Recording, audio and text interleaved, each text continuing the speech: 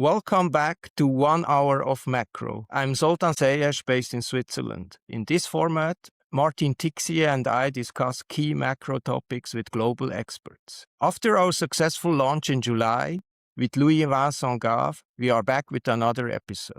Japan is getting more attention in global macro. The rise in interest rates and the weaker yen have raised some concerns. Japan is also in the focus because of its holding of treasuries. Despite its importance, there is still little understanding of the Japanese economy and its consequences in the global macro circle. Today, we are shedding light on this topic with Takuji Okubo, a key expert on Japan macro, joining us from Tokyo. Thank you very much, Zoltan. And Takuji, it's a great honor for us to have you having this discussion for an hour about Japan, which is such a profound subject that everyone seems to be an expert of without being an expert. And we thought it would be a great thing to have someone like you coming online to debunk a lot of fallacies and bad understanding of Japan, its debt situation, its fiscal trajectory. But first, I would like you to introduce yourself about where did you study, what did you do, about the start of your professional career so that our listeners can understand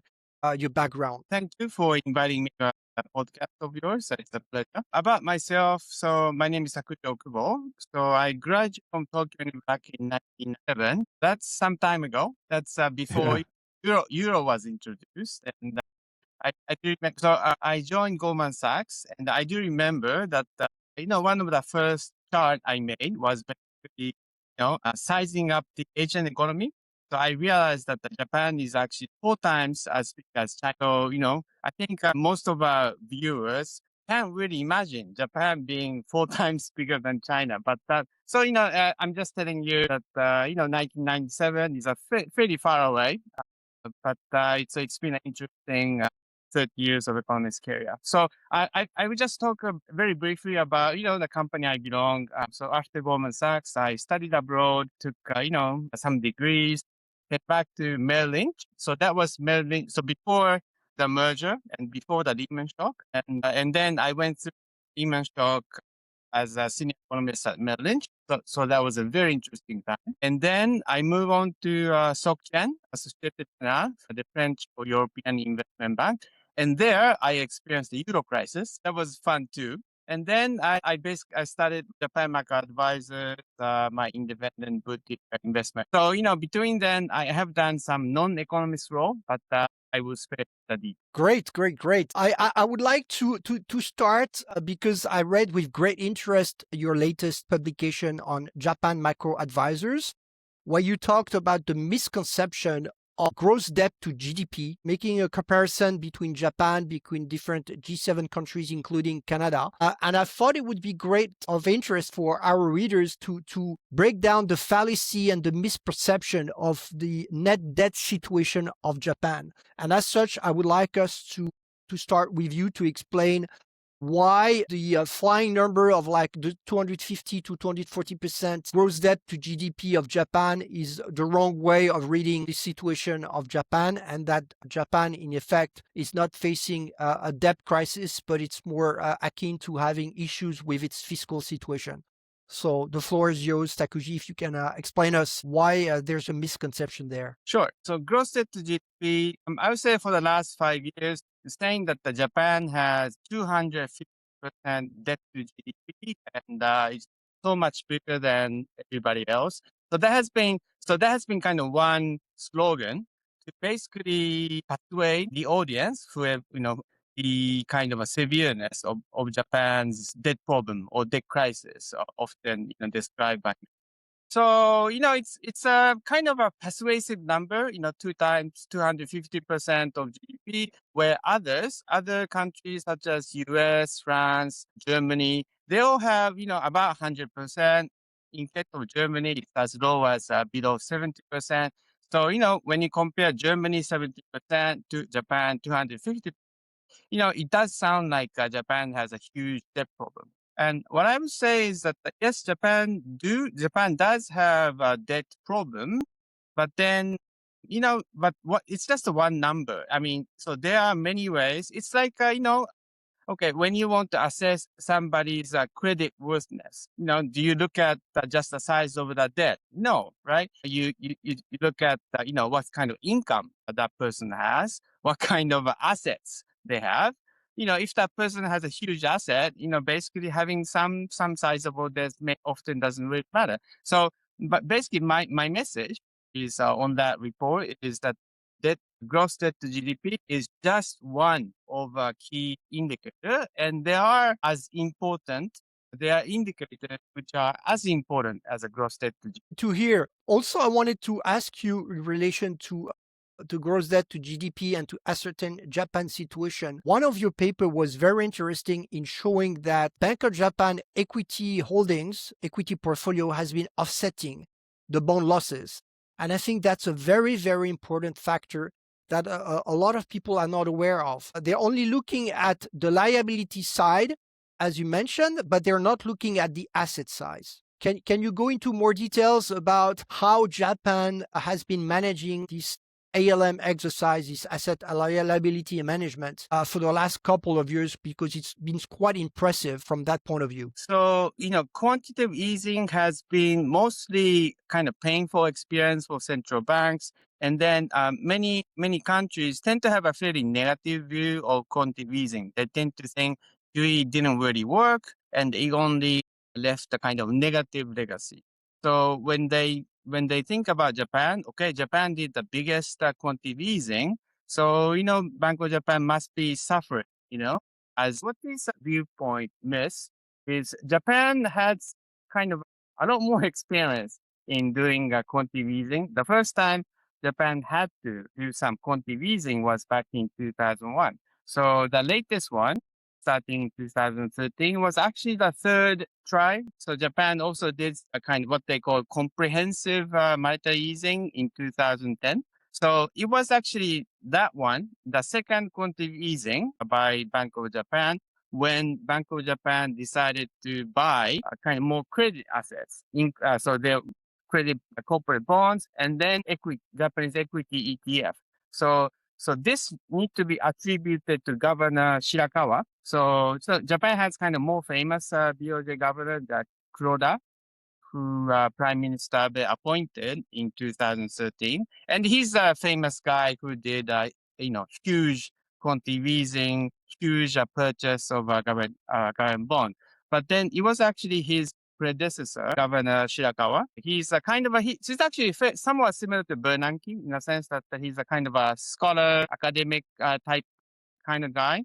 But I think he was pretty brave enough in 2010 to basically try what he called comprehensive quantitative easing, which included the purchase of equity ETF. So since 2010, Bank of Japan has been purchasing equity, not a huge lot, not a huge amount every year, but then certain amount throughout. And then this has actually, and I think book value of, as I remember, book value of equity ETF on Bank of Japan's balance sheet is 37 trillion yen, which is less than I would say 6%, 7% of the total balance sheet. However, Bank of Japan has been quite lucky that this equity they have been accumulating, equity ETF they have been accumulating has tripled.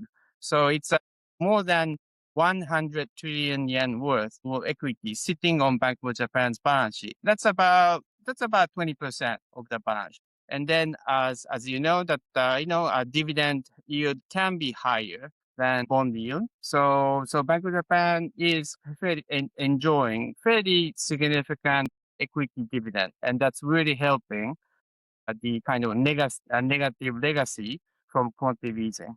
Martin? Yes, no, it's quite interesting because I was reading in your latest papers on that subject that obviously, given the accumulation of JEBs on the balance sheet, people tend to forget that the coupon on the bonds which were accumulated by the Bank of Japan has been very, very low relative to some of the dividends paid by these ETF holdings, as you mentioned. And as such, people tend to forget that these losses, which are accumulating on the balance sheet of Japan, are in effect sterilized and neutralized by the earnings coming from the equity holdings, as you mentioned, which I think is a very, very important point. Indeed. So I mean, the way QE costs to central bank is it's not necessarily the easiest concept to understand. But then basically, Bank of Japan was buying a long duration debt, such as like a 10-year bond at the very, very low interest rate. Now, 0.1% is what they call yield curve control. So Bank of Japan basically fixed 10-year bond yield at the time at the 0.1%. But then as Bank of Japan is now raising the policy rate, the kind of ongoing interest rate is now 1%.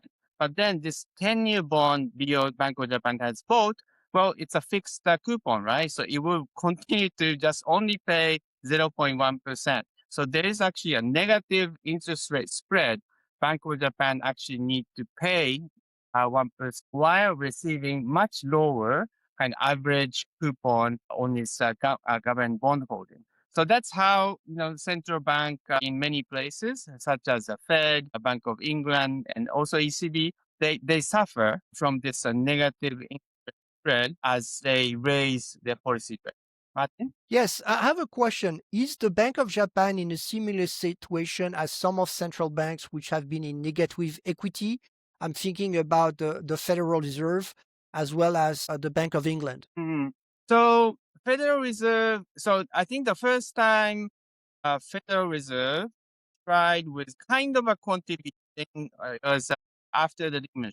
So Chair Bernanke basically did what they actually called it credit easing rather than quantitative, and they basically focused on buying mortgage bonds, Freddie Mac, Fannie Mae, so which were being sold, which were being traded very cheaply during the Lehman. So I think I don't remember exact number, but then Federal Reserve actually did end up making handsome profit on these mortgage bonds they bought, and Fed also actually bought some bad assets. So there were few financial institutions which went bankrupt, right? And then Federal Reserve was there to basically buy what they call bad assets. So, and then I believe Federal Reserve also made a handsome profit on these bad assets they bought. So there are actually other example of central bank making profits out of the broad definition of contributing.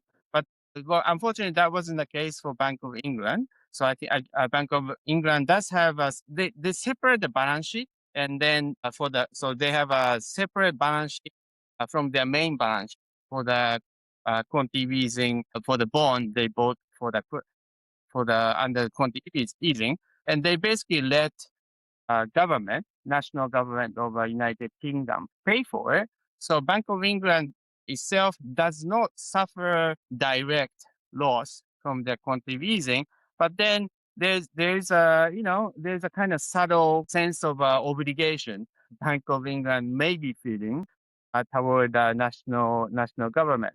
So I think that's one of the reasons Bank of Japan basically devised this method of a quantitative easing so that when the economy recovers, yes, they may suffer the negative interest rates, but then they will enjoy a kind of dividend yield from the equity. So that's how they kind of balanced. Basically, so they basically did a kind of positive sum game. So by buying into equity when the price are depressed, so they are basically playing the lender of the last resort role, right? It's kind of expanded version of a lender of last resort. When nobody wants to take equity risk, it was unusual. But then Bank of Japan made a decision to feel that it is part of the central bank to basically safeguard the whole financial system. And then it made sense. Bank of Japan felt it's a right policy to buy equity ETF. So there are some other examples such as Hong Kong Monetary Authority. Back in late 90s, I think there was a East Asian crisis. So and at the time, Hong Kong Monetary Authority actually also decided to buy equity. So it's not unprecedented, but then obviously it is unusual. unusual kind of calculated risk. Bank of Japan started to take in 2010, and they're paying off now.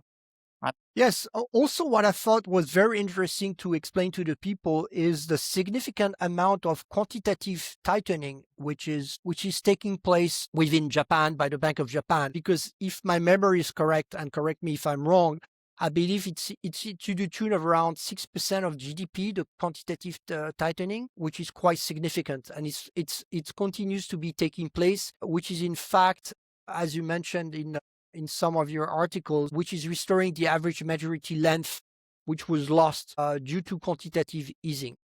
Mm-hmm. Can you explain a little bit more to our listeners the size of the quantitative tightening, and when do you think, at what level it will end? What is going on basically with the Bank of Japan's balance sheet currently? Right. So, the concept of quantitative easing, quantitative tightening is a little difficult to, understand. But then basically Bank of Japan basically decided to flood the market with liquidity, what the financial market considers as liquidity.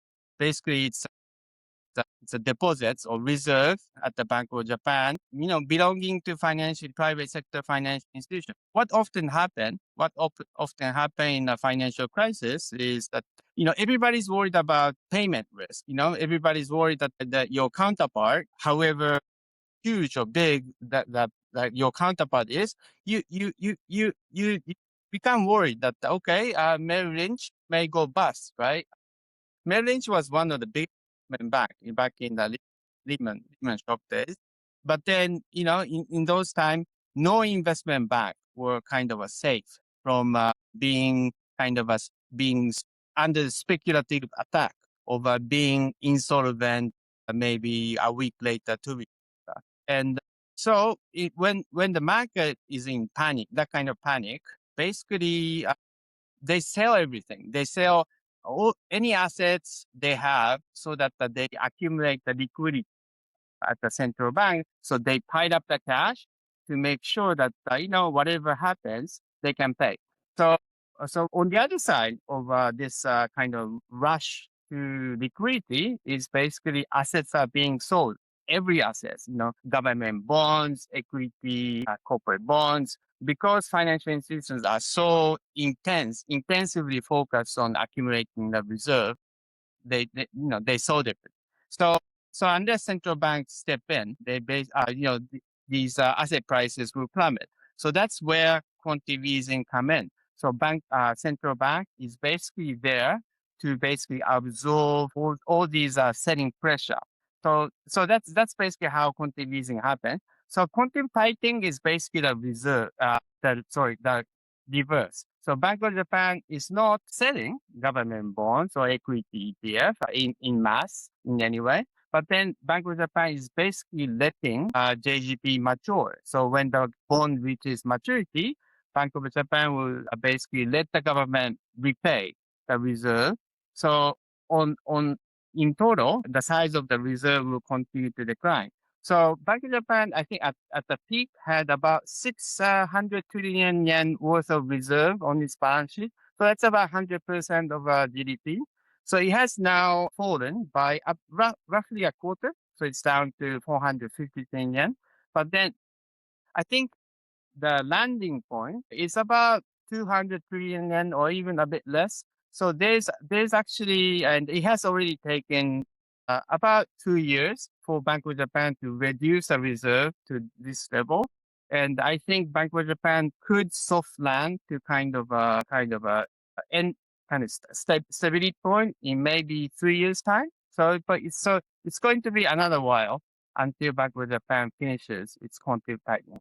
Talking about quantitative tightening, what is your assessment? What does the Bank of Japan prefer, quantitative tightening or interest rate increases? Okay, so, quantitative tightening is a kind of preferred measure because that as long as this reserve is huge, Bank of Japan will need to actually pay policy rate to this reserve. And like I said, Bank of Japan has about 450 trillion yen of of reserve, Bank of Japan now need to pay 1% interest on this. So that's basically 4.5 trillion per year. And that's huge. That's actually so rather than raise a policy rate, so if the Bank of Japan raises its policy rate to 2%, basically the interest payment is going to be 9 trillion. It's a simple arithmetic, right? But then I think at the 9 trillion, it will be impossible for Bank of Japan to basically balance its profit and liability. And at 2% interest rates, policy rate, Bank of Japan will definitely be making sizable losses on its profit and liability. So I think Bank of Japan's preference is to kind of only slowly raise policy rate so that they will continue to reduce the reserve so that they will be paying policy rate not on 450 trillion of reserve, but then 400, 300. So the cost of the more quantitative easing proceed, the less the impact of from the rise in the policy rate. So, but coming back to your questions, Bank of Japan's preference is to only slowly, gradually raise policy rate while quantitative easing continues. And that has been the way Bank of Japan has been handling the exit for the last 2 years. It's very interesting because there are like these two effects which you have highlighted. Also the effect on the balance sheet of the higher interest rates, and at the same time, if you then quantitative tightening, you are reducing your balance sheet actually. So you're taking actually these two effects a bit away and or slow it a bit down. So right. Actually, one more interesting. So this is kind of more about bond market thing, but then Bank of Japan actually prefers steeper yield curve. Bank of Japan is still buying JGBs. So Bank of Japan is kind of reducing the size of a JGB purchase, but it is still buying. It is still buying at the rate of 2 trillion yen per month. So, but with a steep yield curve, basically the government bond Bank of Japan is buying every month actually pays back higher coupon for the JGB, right? So every month, every year goes by, low coupon maturity JGBs goes off from Bank of Japan's balance sheet, and then higher bond yield, higher coupon bond yields start to occupy the Bank of Japan balance sheet. So as BOJ continue to raise policy rate at a certain speed, the rise in the average coupon of a JGB will start to match the policy rate. And at that point, quantitative easing will start to cost nothing for the Bank of Japan. But then usually the rise in policy rate is moving faster than so Bank of Japan that they do prefer kind of slow and gradual policy rate hike. But the time is a cure for Bank of Japan. Because as you mentioned as well in some of your presentations, Japan pays the least of the 5 most indebted G7 countries when it comes to the interest rate burden as a percentage of GDP. It's much lower, for example, than what it is in the United States per se, as you mentioned. Yes. So, yes.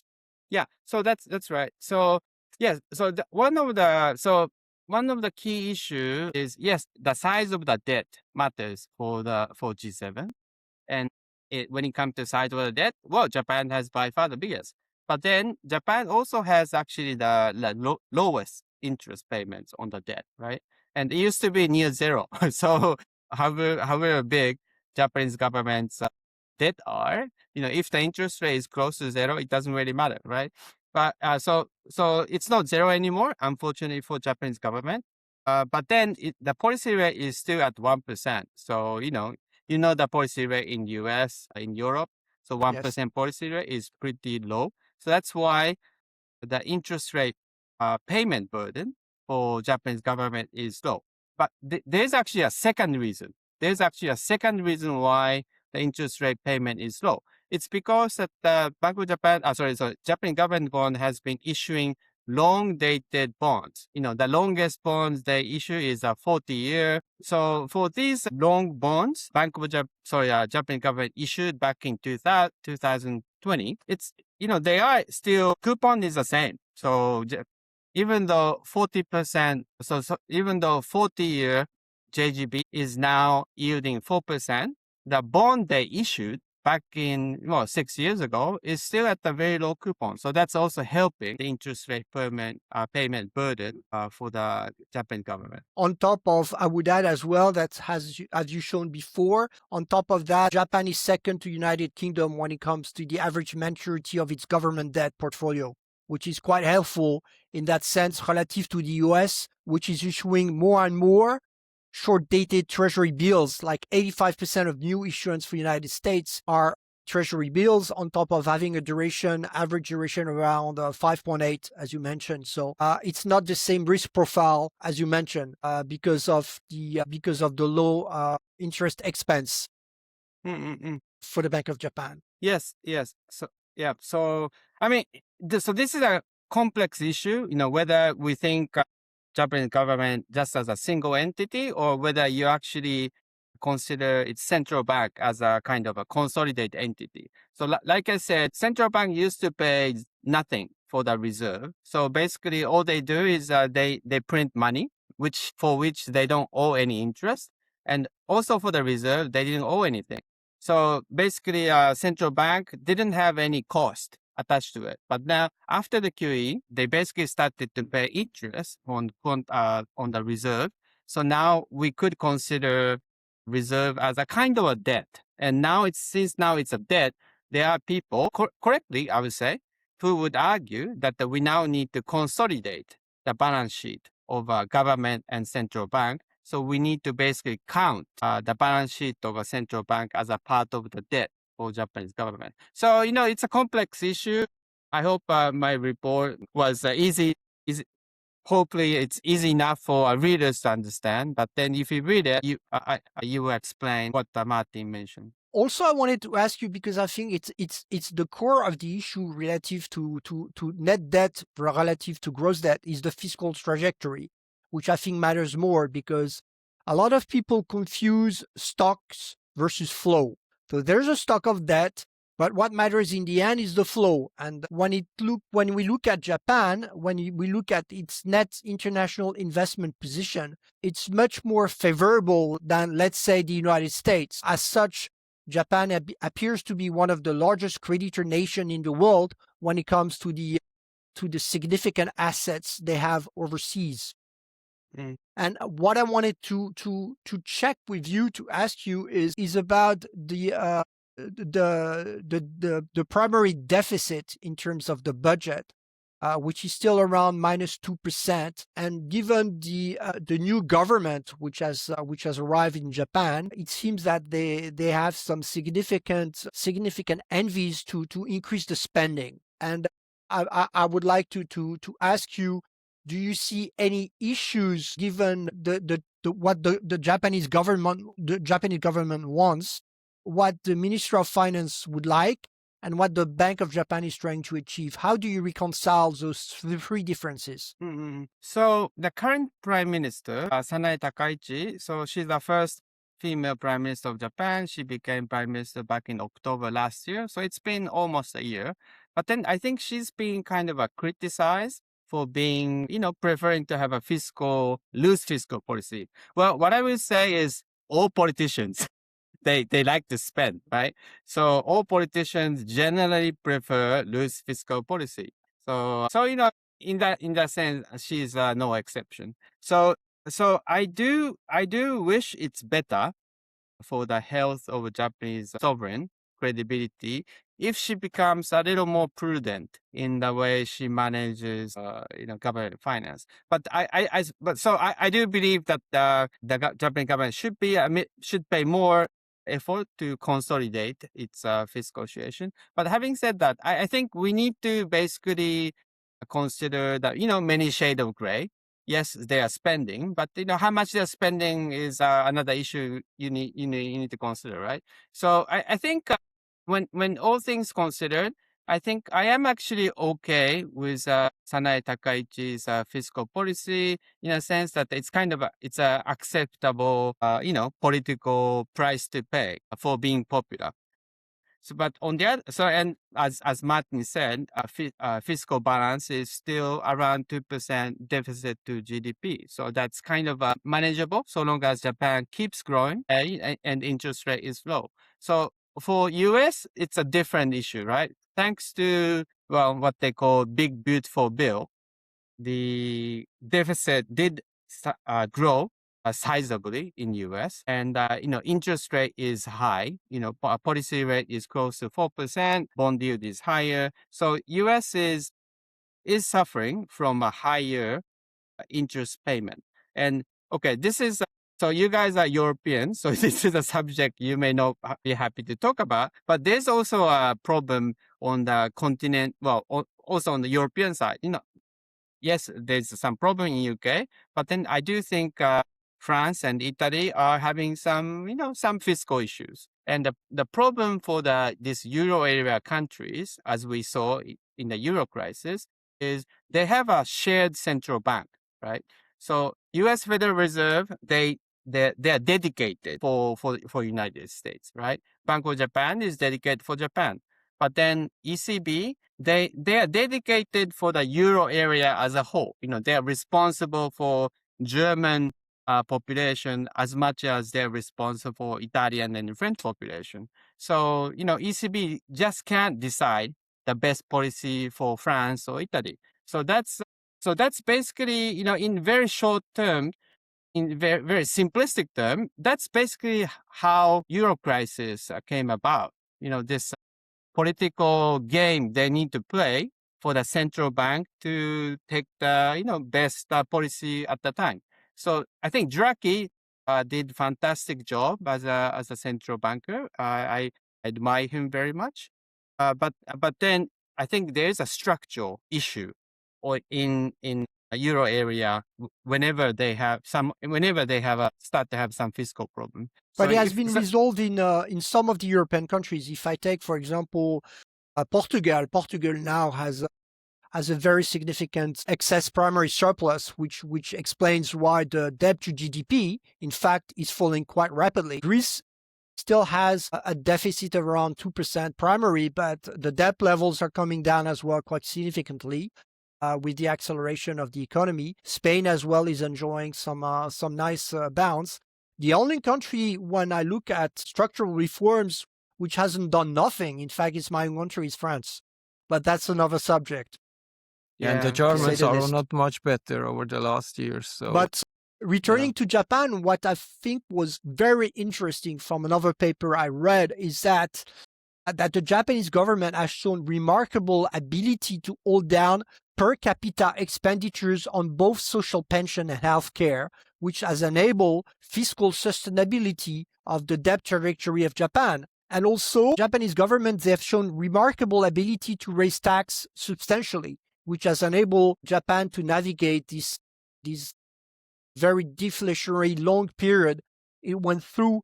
And it seems to me, might be wrong, but finally it seems that Japan is about to turn the corner of that very deep deflationary period. So as such, what we've been seeing is that the policy of the Bank of Japan has resulted in a dramatic decline in the amount of the government bonds, which were held by the private sector. And I think people don't realize that there was a transfer of liability from the private side to repair the balance sheet to the public side, which this big issue was taken full on by the Bank of Japan.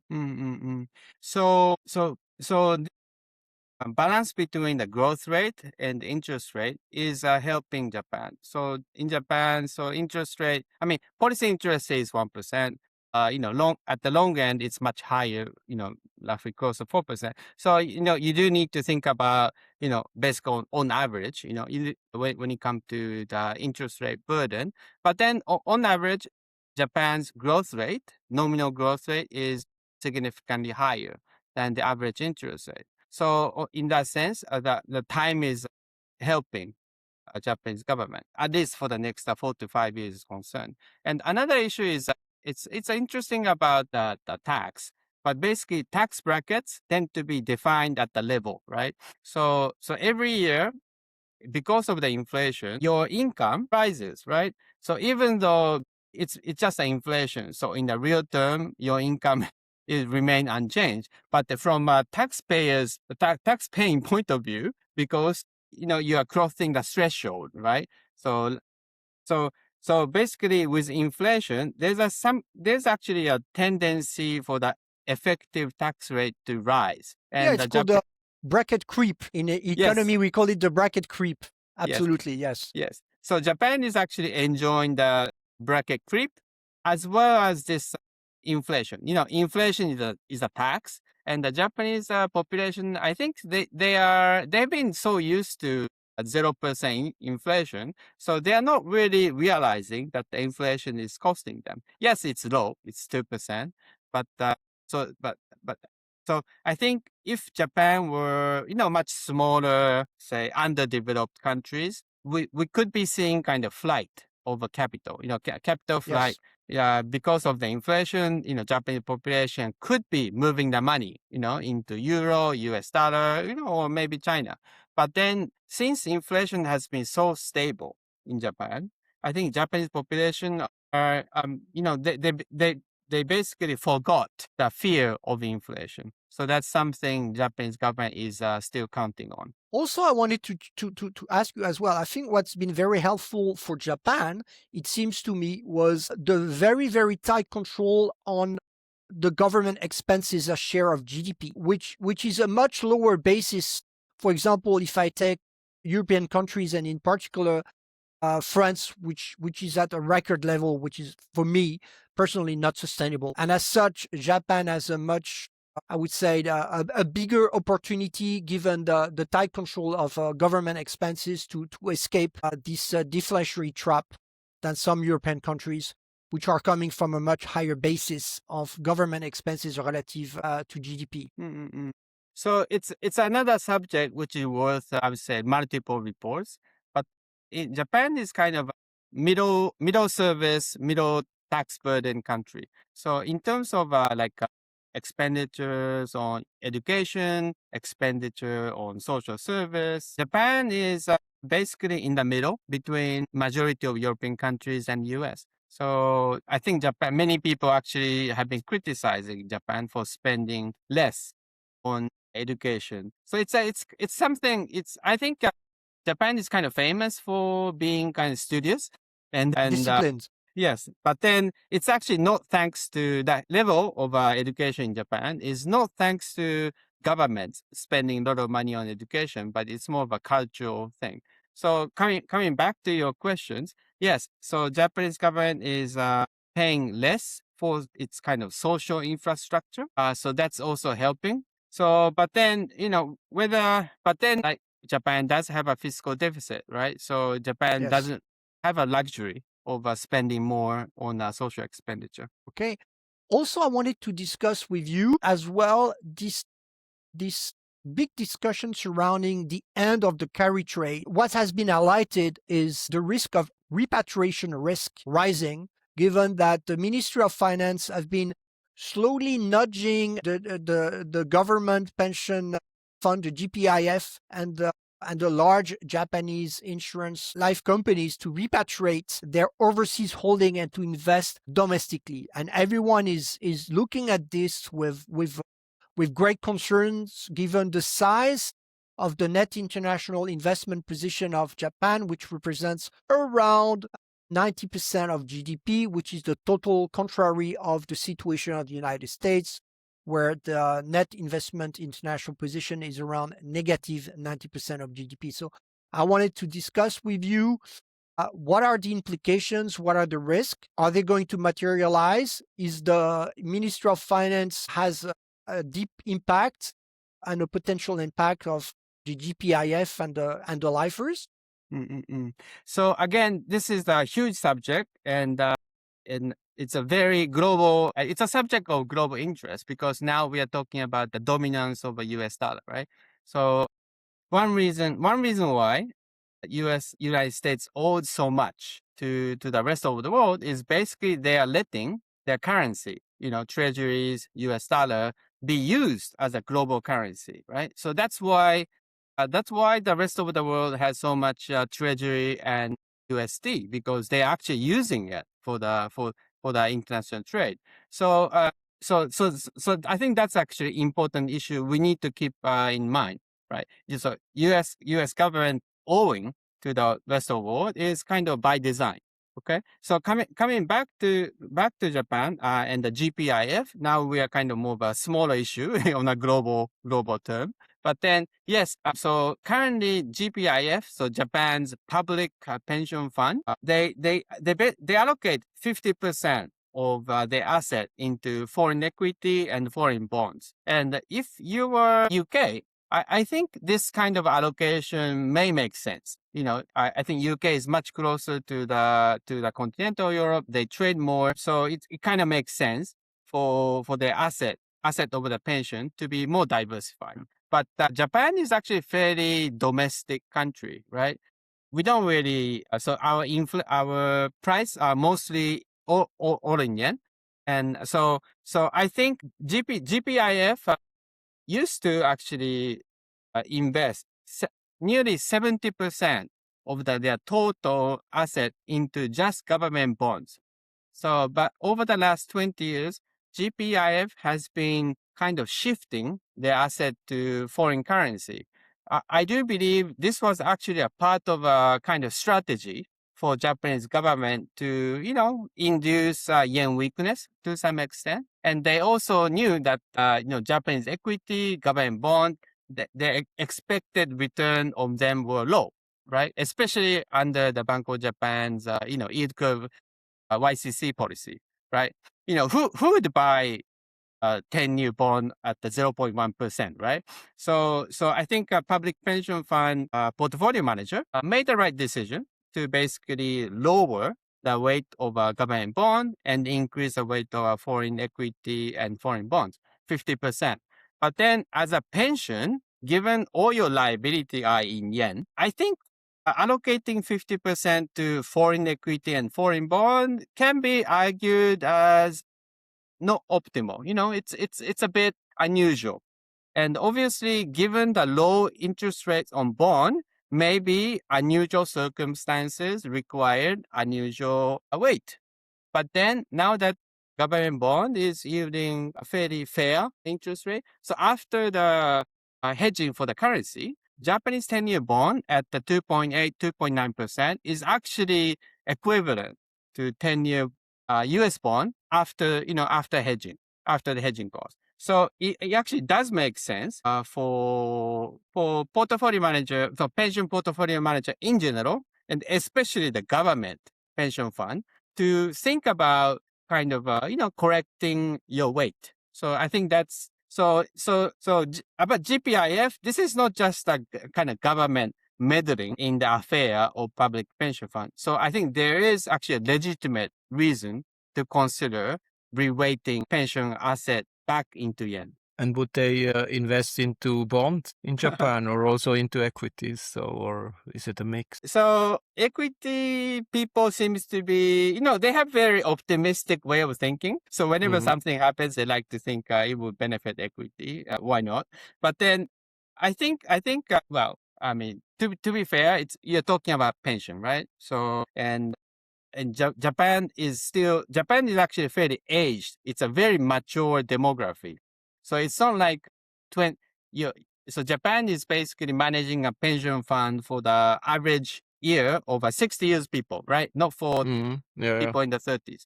So I think there is a reason to think that, pension funds should be more conservative, so that more weighting should be put in bond rather than equity. But then certainly the yields are the yield argument in that age, if you have like a pension fund with that age structure, so it makes sense. So. Yeah. But it's a complex issue, and I don't want to make any kind of any bold prediction without any evidence. So, but it's a process that will start for sure, given the quantitative tightening and the steepening of the Japanese yield curve. And obviously, if you are an insurance company, even in Japan, you start considering investing in the long end because it makes sense with normalization of the policy rate. The question, I think, on everyone's mind is what's the time frame? How is it going to happen fast? How is the weight how the weight is going to evolve in the next couple of quarters of years? I think it's on everyone's mind. As well, there was a question raised given the significant divestment and reduction of the Bank of Japan US Treasury's allocation. And it seems to me, I might be wrong, but it seems to me that they had decided to reduce the duration exposure to US Treasuries. And as such, it seems to me that they've put some pressure on the US yield curve, which created some steepening pressure, hence the reaction of Besant, which came to the market to sell euros. I wonder what you think about this. So duration composition of Japan's FX reserve is not disclosed, but then but then they have disclosed some details in parliament sessions. So I think the majority of the U.S. Treasury holding is in U.S. Government notes, less than 5-year maturity. So they tend to be on a kind of a shorter end anyway. But then what Japanese government has been doing for the past, say, a year or two is they have been preparing for the potential FX intervention. And for the FX intervention, it's you better have cash, right? Because you're selling US dollar cash and then getting yen back. So and obviously if well, I think FX reserve. I think we're still talking about 1 year, 2-year bond, so its duration is still relatively short. So Japanese FX reserve setting 1 year U.S. Treasury shouldn't have that much of a market impact. But then to be politically, it's a politically sensitive subject. So Japanese government were basically allowing U.S. Treasury bond to mature and not kind of reinvest. So I think that's maybe what kind of trickled Scott Besant's mind. He sees that Japanese government is buying less U.S. Treasury. Why? So that could have been the reason for the U.S. government joining FX. Okay, Zoltan, you have any questions relating to some market factors? No, I think we are nearing our 1 hour of macro. I don't know. Takuji, do you have anything to add? What Yes, you would like to add on Japan? actually, so relating to the subject we just talked about, so there's this big grand idea of US dollar losing its dominance over financial system. So this is something which will not happen in like a year or two. We are talking about few decades long trend. But then I think Japanese government's recent FX intervention, I think it can be a kind of a sign that the Japanese government realizes that their FX reserve is being too heavily weighted on US dollar. FX again, Japanese FX reserve currency decomposition is not disclosed, but then it's generally thought to be heavily invested in USD, 90%. But then in the last, say, 20 years, 20, 30 years, the weight of US dollar on global FX reserve has been declining. Late 70s, it was as high as 80%. It's now 56%, according to my recent calculation. So Japan is still owning, weighting 90% of its FX reserve on US dollar. So, and compared to the global average of 56%. So I think it actually made sense for Japanese FX reserve to kind of lower its weight on US dollar. But then in terms of historical context, I think it's actually a very interesting phenomenon. Thank you very much, Takuji. And do you see the Japanese yen versus the dollar strengthening or continue to weakening? Because it's been the question on everyone's mind, given the significant FX intervention we have seen in recent years.